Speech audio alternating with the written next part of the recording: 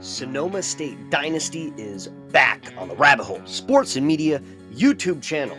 Welcome back, everybody. In this episode, we take on Texas State, but a couple of announcements before we get started. First being, I've started doing game previews / video announcements. They're working as that way, so YouTube seems to be a little inconsistent on notifying when videos drop.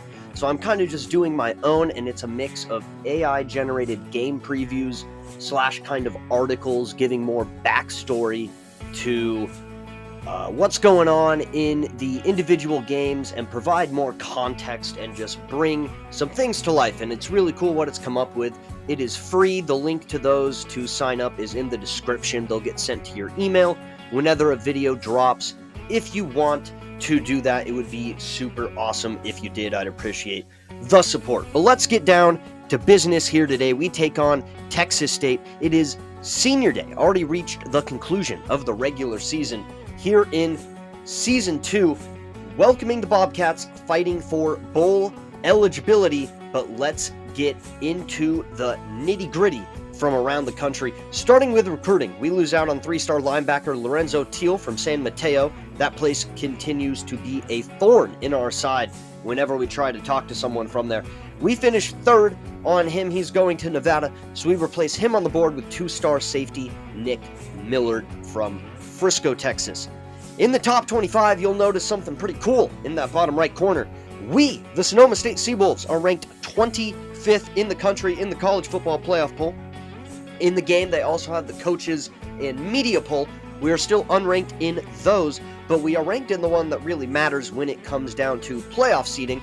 Not that we really have a shot this year, but if there is one to be ranked the highest in, that is the one you want. But looking at the rest of the top 10, Ohio State, Texas A&M, Georgia, Penn State, Alabama, Oregon, Michigan, Oklahoma, Clemson, and Utah. We have 6 SEC teams and 6 Big Ten teams, so 12 total Super 2 teams in the top 25.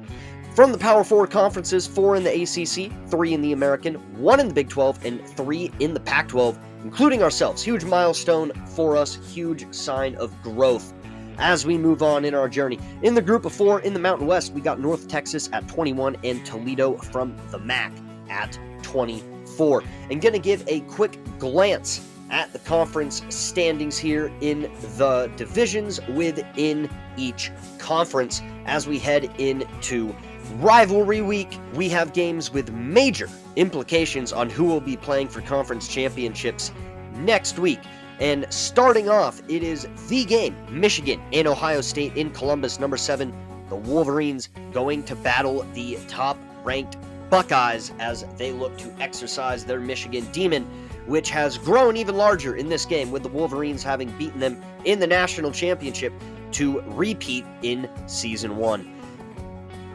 Also, the winner of that game goes to the conference championship. I don't know if I slipped that in there. Staying in the Big Ten, we got Penn State going to Oregon. The number 4 ranked Nittany Lions going to take on the 6th ranked Ducks. Another division title game winner will take on the winner of Michigan and Ohio State. We have the same thing in the first division in the SEC. Texas A&M and Georgia battle it out this week in Athens. The 2nd-ranked Aggies and the 3rd-ranked Bulldogs.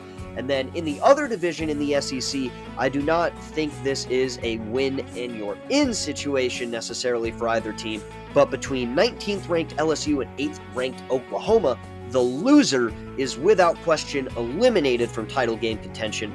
And then the winner, it'll likely depend on the result of Auburn and Alabama, but it could get a little weird because I believe Alabama has beaten LSU, Oklahoma has beaten Alabama, and then obviously we will see in the matchup between LSU and Oklahoma this week. And then in the Pac-12, we have a battle between the only 2 true Pac-12 teams in real college football. Oregon State, the Beavers, going to Pullman, Washington to take on the 20th ranked Washington State. Why am I blanking on the Cougars? Wow. The Washington State Cougars. I don't know why I wanted to say the Wildcats. That's definitely not right. Beavers, Cougars, Pullman, Washington, winner to the Pac-12 championship game to take on the UC Santa Barbara Gauchos. and give you a quick scan through the rest of the rivalry week games there. I do not believe any other ones have major implications on conference championships, but it is a nice coincidence because I can't control where any of the conference games for the other conferences get scheduled. So super nice coincidence that so many of them ended up having major implications on what will be happening in the conference championship games. The one bummer, I talked about this a little at the beginning, I accidentally separated Georgia and Georgia Tech in the divisions in the SEC this season, so I need to keep a better eye on that. I think I'm going to revamp how I structure the SEC and Big Ten. I think we will go without divisions for them and just do one big group of 18 teams. Best two conference records go to the conference championship game, and we may even have their conference championships be neutral site. The reason I went away from those is because I think having games in front of your home fans on campus is a huge reward, and what bigger reward than to play meaningful games in front of your home fans, like a championship, like a playoff game. Now the SEC and Big Ten schools clearly are going for money speaks in the sport, and there's certainly some truth to that, so they'll play their games at a neutral site and go for a little bit more of a cash grab. I feel like I'm kind of articulating that a little unfairly. But let's move on to Texas State, our opponent this week. They are 5-6, back-to-back convincing victories, 33-0 2 weeks ago against Wyoming to secure themselves a tiebreaker over the Cowboys, and then 46-25 a week ago over UNLV to clinch their spot to remain in the conference next year, pairing that with our victory over Wyoming also last week. So 5-6, still fighting for bowl eligibility, and they bring in a unit that is very well rounded and not gonna be easy to answer for. At quarterback, one of their lower rated offensive players, but he has an interesting skill set. Sorry about that. Mobile quarterback, decent arm strength, 93, pretty good accuracy, short and intermediate, kind of struggles down the field. Quick and twitchy running back in number 21, Ishmael Mahdi, so going to have to defend the run with numbers, but that is going to be hard because of this receiving core that is led by number 2, Cole Wilson, 89 overall. He has good speed, not elite speed, but he is a very good route runner in the short and intermediate ranges and is going to be a handful for us.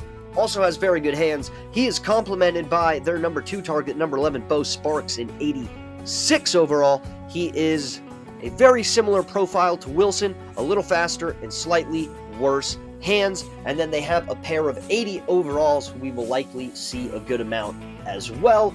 And then not to mention the always stingy tight end. Theirs is number 16, Blake Smith, fast, solid run blocking, and good safety net traits with his route running. The O-line is very solid too, a strong unit, but much better against the pass. The big exception to that is going to be right guard Emeka Obigbo, who is appropriately named, sitting at 6'5", 357 pounds. Absolute horse. If he wants to hit the portal and come here, we will take him. But he has elite strength, much better, not much better, kind of balanced run-pass ratings, but he will probably play much better in the run given his size and strength, and his lack of mobility will probably leave him a little vulnerable in the pass. So we want to get their line to slide to the left on pass downs, but then actually bring our pressure from the right-hand side, which is another thing that is easier said than done. On the defensive side of the ball, they certainly got some playmakers. Starting on the defensive line, Devin Wright, he is in 84 overall with good burst and relentless pursuit. The other big guy on the line is on the other edge, Khalil Alexander.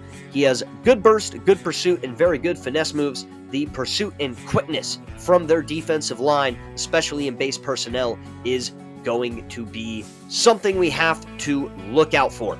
Again, running a 4-2-5, don't know if I mentioned that, so we'll probably see a good mix of base and sub personnel.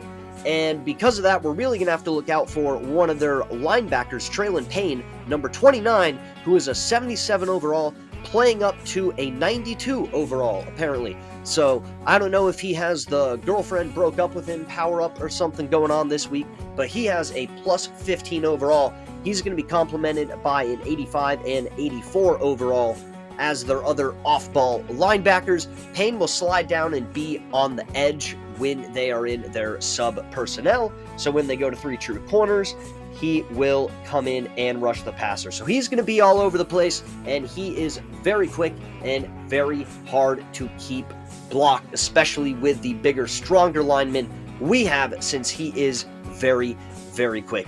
Their secondary is going to be our best spot to attack, but again, not easy matchups, but if we get smart at figuring out what coverages they're in and know how to set our receivers up, we should be able to throw the ball a little bit. But we're going to need some extra protection in the pass to deal with their quick edge rushers as well as their quick interior pass rushers. Whole D-line is really fast.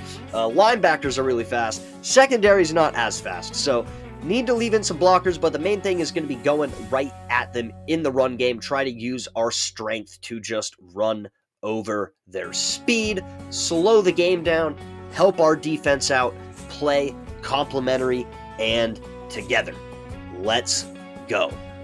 We are live for the second time as the Rabbit Hole Sports and Media YouTube channel, or Rabbit Hole Radio in this fictional universe, brings you Pac-12 football as the Sonoma State Seawolves look to cap off what has been a tremendous regular season on Senior Day today in front of the Rohnert Park faithful, welcoming the Texas State Bobcats, who are red hot, winning 33-0 and 46-25 in their last two games. They have clinched their spot to remain in the Pac-12 next season, relegating Wyoming back to the Mountain West, but bowl eligibility is still on the line for the guys in gold, at least on the helmet, that is, for the Texas State Bobcats. Maroon pants as we get set to get going in what is the final time in front of the home faithful for a number of key players on our team. Scott McLawler, the tight end, Keontae Tyson, running back, Spencer Strickland, slot back,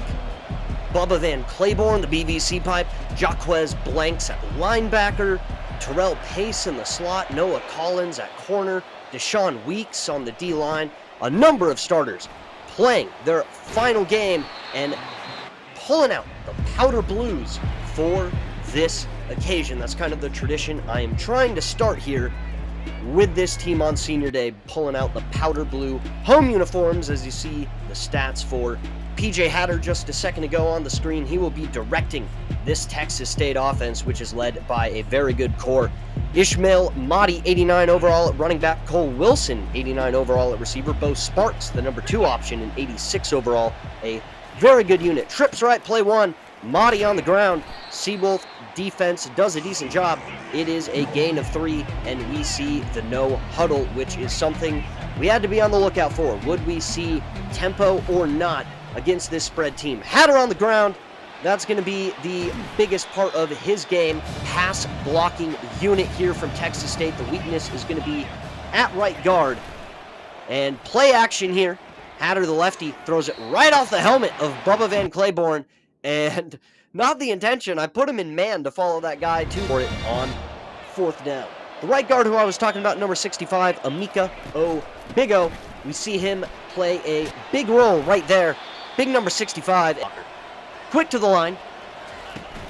Play action again. Hatter from the pocket. Just out of the reach of Alexander Valentine. And it is going to be a big play down the middle of the field for this Texas State unit. We see it right there. Just out of reach from Valentine as we zoom in on it. Game of inches. Number 1 in that slot position. Shifting on 1st and goal from Texas State. A lot of trips early with 2 receivers and a tight end to one side. There we see it in a bunch. Mahdi breaks out, gets tripped up just enough to let the defense catch up and attention to it.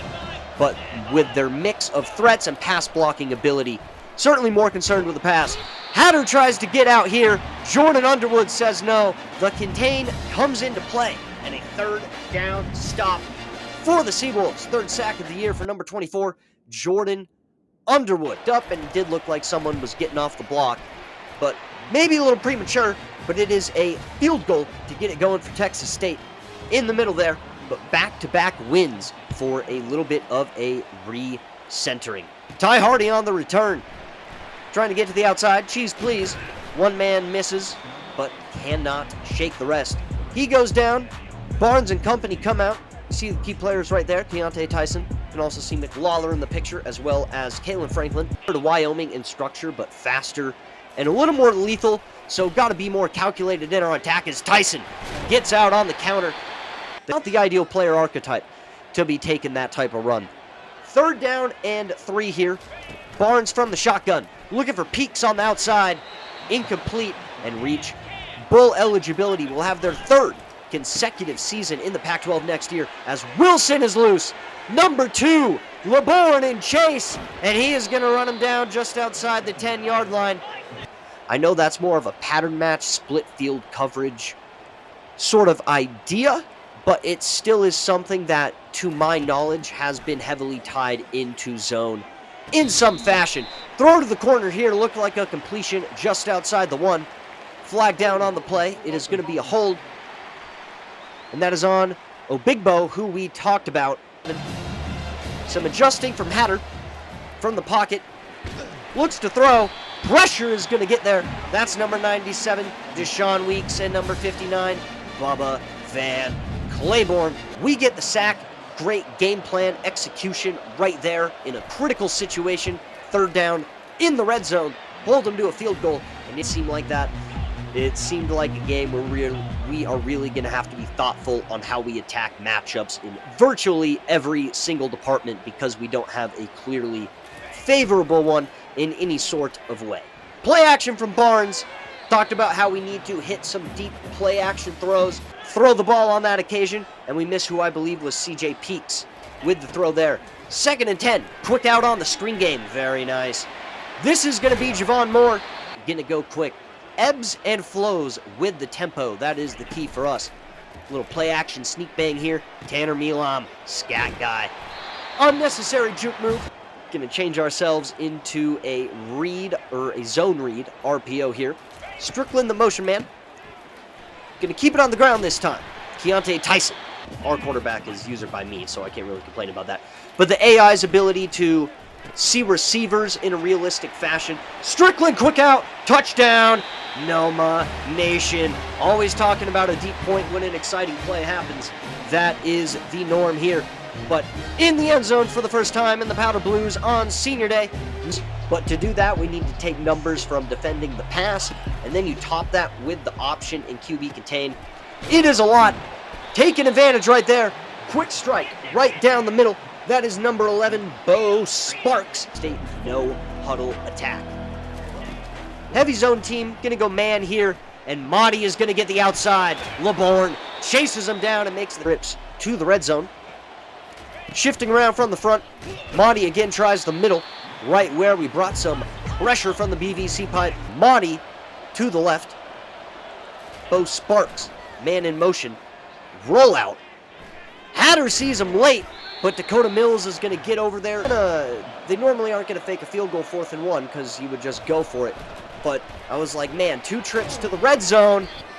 Feel like they might lean into a fake, so we dial up the safe. The scrimmage for Texas State. We're going to drop back and throw.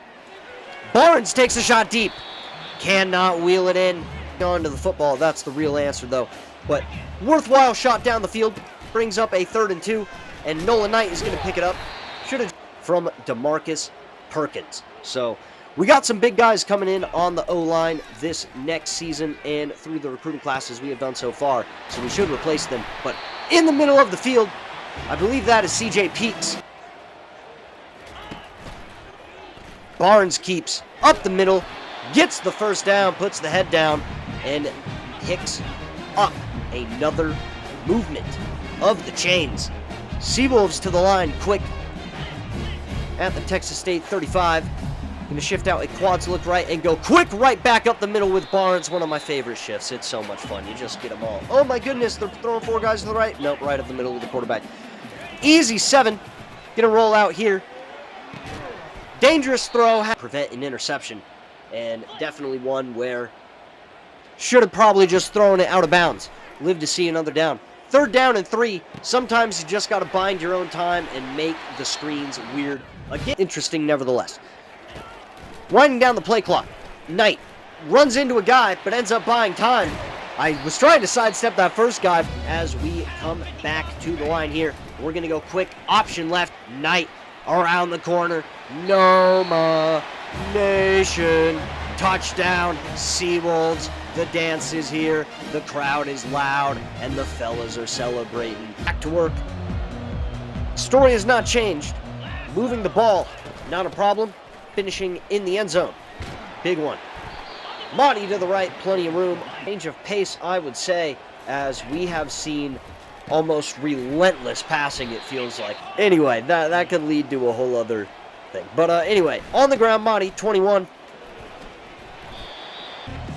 Bluff that pressure on the left with blanks. Seal off that coverage. Trying to contain the quarterback, cannot.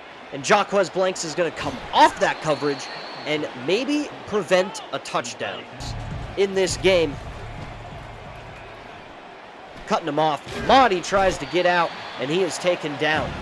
It's really cost him because all pressure has been able to get home, and we've been able to dial up blitzers at the right time and right place. We see it again. Bring a blitzer off the right, have the QB contained, and Hatter just really runs himself into trouble field in the future. Took a timeout there that I should have taken right after the sack. Oh well, kick is up and good. 50 for pass defense and reaction time. 3rd and 4 here, don't want the clock to stop after this play, so going to go to a screen. Strickland has the first down, has room on the sideline. Looks like he's going to get out of bounds. One of the first times ever I actually adjusted the tempo in coach adjustments to go to the no huddle. Strickland underneath, he has had a very impactful first half, the senior. And that is a first down just outside of the 10-yard line. To the line. Screen to Strickland. What a play! Intercepted. That is number 25, Carmichael Glass. One occasion got stopped, one occasion through the interception, which you just saw. So, again, I still feel like this is a game where Texas State truly looks like a more talented team, while we look like a very well game planned team. You recall a big in. We hit a big in route to the middle of the field. Had a kind of deep post-ish concept, although it functions more as like a deep glance almost. But quick out on the sail there to Scott McLaughlin. Were selected based on overall rating at the start of the Dynasty. So that's how they got in. 3rd and 5 here. Barnes from the pocket, gonna step up. Has an easy first down, slides down at the 18-yard line. Upset Ole Miss, earned their way at least to the quarterfinal, and I believe it was Ohio State that finally stopped them, if I remember right. Strickland to the outside on the sweep. He's going to get it to a 1st and goal.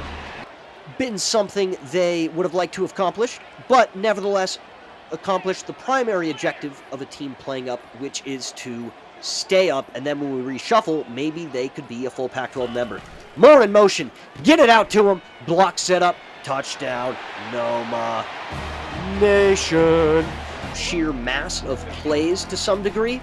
Again, really simplifying it, as over the middle, working open is number 11, Bo Sparks. Points. You are going to score. On the ground, Monty. He is taken care of for number 6, PJ Hatter. Dual threat ability has been on display today, but a 3rd down and 12 and a chance to maybe keep them from getting in the red zone for the first time. And the spy, Alexander Valentine, but here, 4th and 13, own territory. Gonna kick it away with number 38. DeMarvin Holland back deep. He's gonna go left, past the man, cut back right. Holland loose, tries to make a man miss, cannot. Fairly explosive, not a make-you-miss sort of guy, but can change direction and move fairly well. Barnes on the bootleg, see it functioning like an RPO once again, gets to the outside and gonna get, it's not great, but it's a little more closer to, that's usable, as opposed to what the numbers say, which is, this is not a good unit, if that makes sense. Motion out Young, gonna try to hit Peaks on 3rd and 6, have him on the out, assuming that is a bit of a catch radius situation. Team run the ball at us for a change. They have been successful with it, although I'd rather give them successful runs than throws, as we see Hatter on the move there against us, and that's a very good comp for this offensive line. Chance with the pressure, he misses. And the side, running back to the left, 2 receivers to the right. Play action to Monty. Pressure getting home. Is that who I think it is? Kai Riggins. And effectively in this part of the field, and that's what we needed to do. 3rd and 16, leveraged it well there. Pressure gets home again, and this time it's Terrell Pace. and be able to get pressure that way, which will be especially fruitful in games against higher competition in the SEC and Big Ten. Just sneaking it inside there is number 36. Although I guess it's not running, so why are we doing that? Over the middle, Strickland, first down, 5 catches, 76 yards. Not the best concept versus one high. Really should have put our default post on a corner and Strickland on some sort of out. Gonna get Barnes out of the pocket here. Cardinal sin of quarterbacking, but it's fruitful here. Peeks across the middle, across the body from Barnes, and consider a guy open.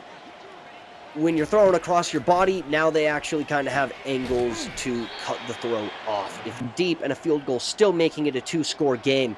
Having them put together a long drive this late in the game is beneficial too. Milam underneath, space, touchdown, Noma Nation. Number 2 in the end zone, and that could be the icer. Dial up on 2-point conversions. This seems like a terrible play to run, but I was like, whatever, we'll just do it. Everything I do seems to stink, and somehow that one ends up working. So, I don't know, you tell me what's going on, everybody. But we'll take it, 17-point lead, 29-12, Sonoma State over Texas State. I don't know why that dude isn't staring at it and going, wow, one guy running a route. Maybe I should go, follow him. But I don't know, man. Anyway, I feel like we've dialed up some good 2-point plays that end up getting defended by weirdness, and then I feel like that one right there that the game recommended should have absolutely been ate up in its scores. Versus Wyoming in the other game, I'd love to see kind of the secondary effects of certain skill sets play a bigger role in the CPU's plan of attack. Alive are the Bobcats. Motion out Mahdi. We saw this once before on the goal line. Looks like the exact same concept. Couldn't even tell you what was going on there. Looked like pressure got home. Tyson with room, giving him some final carries in front of the home faithful. First down and 10, just outside of the 2-minute timeout. We're going to take it to the other side of that after this one. Just kidding. Tyson's going to put it on the deck. On it are the Bobcats in the red zone at least once, but when we have succeeded, we have put it in the end zone. They have sworn in the side for him. Pressure again.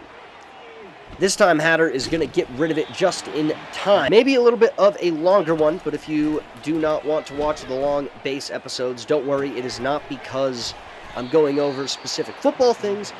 I'm trying to capture with our pass coverage slider is that, again, get situationally, but for the most part, but we're going to use one with 3 seconds left on the play clock. Just wanted to get Spencer Strickland one last carry. Oh, that's probably worse. Strickland on the ground. Don't know how I can't get myself to the right, but nevertheless, a first down run on a 4th down to end the game. You see it consistent from the offense. 7-7-7-8 in that final quarter, and a 29-12 victory for Noma Nation. On the ground as well as the Seawolf defense puts together a stout outing today. Again, complimentary ball.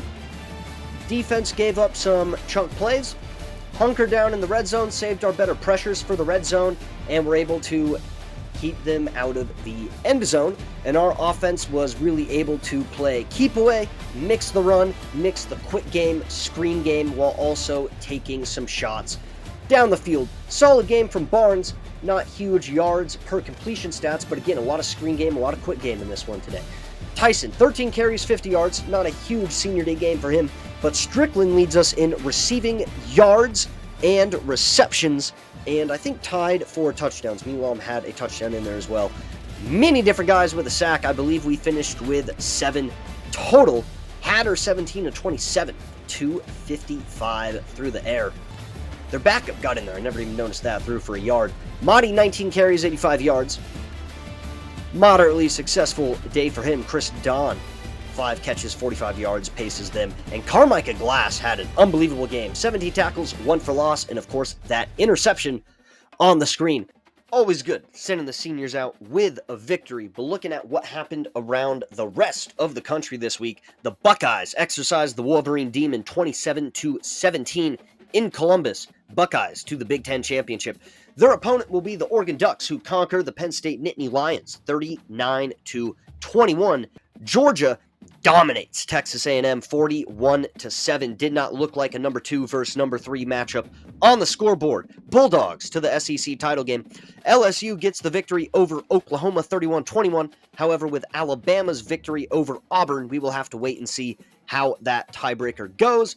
I believe it'll just be head-to-head because they will be the only 2 teams tied in conference record, LSU and Alabama, and therefore Alabama with the head-to-head victory would head to the championship to take on Georgia. And then in the other division title game, winner going to the conference championship, it is the Washington State Cougars over the Oregon State Beavers 31-28. So the 20th ranked Cougs going to take on the Gauchos next week in the Pac-12 championship. But that is going to do it for the regular season, everybody.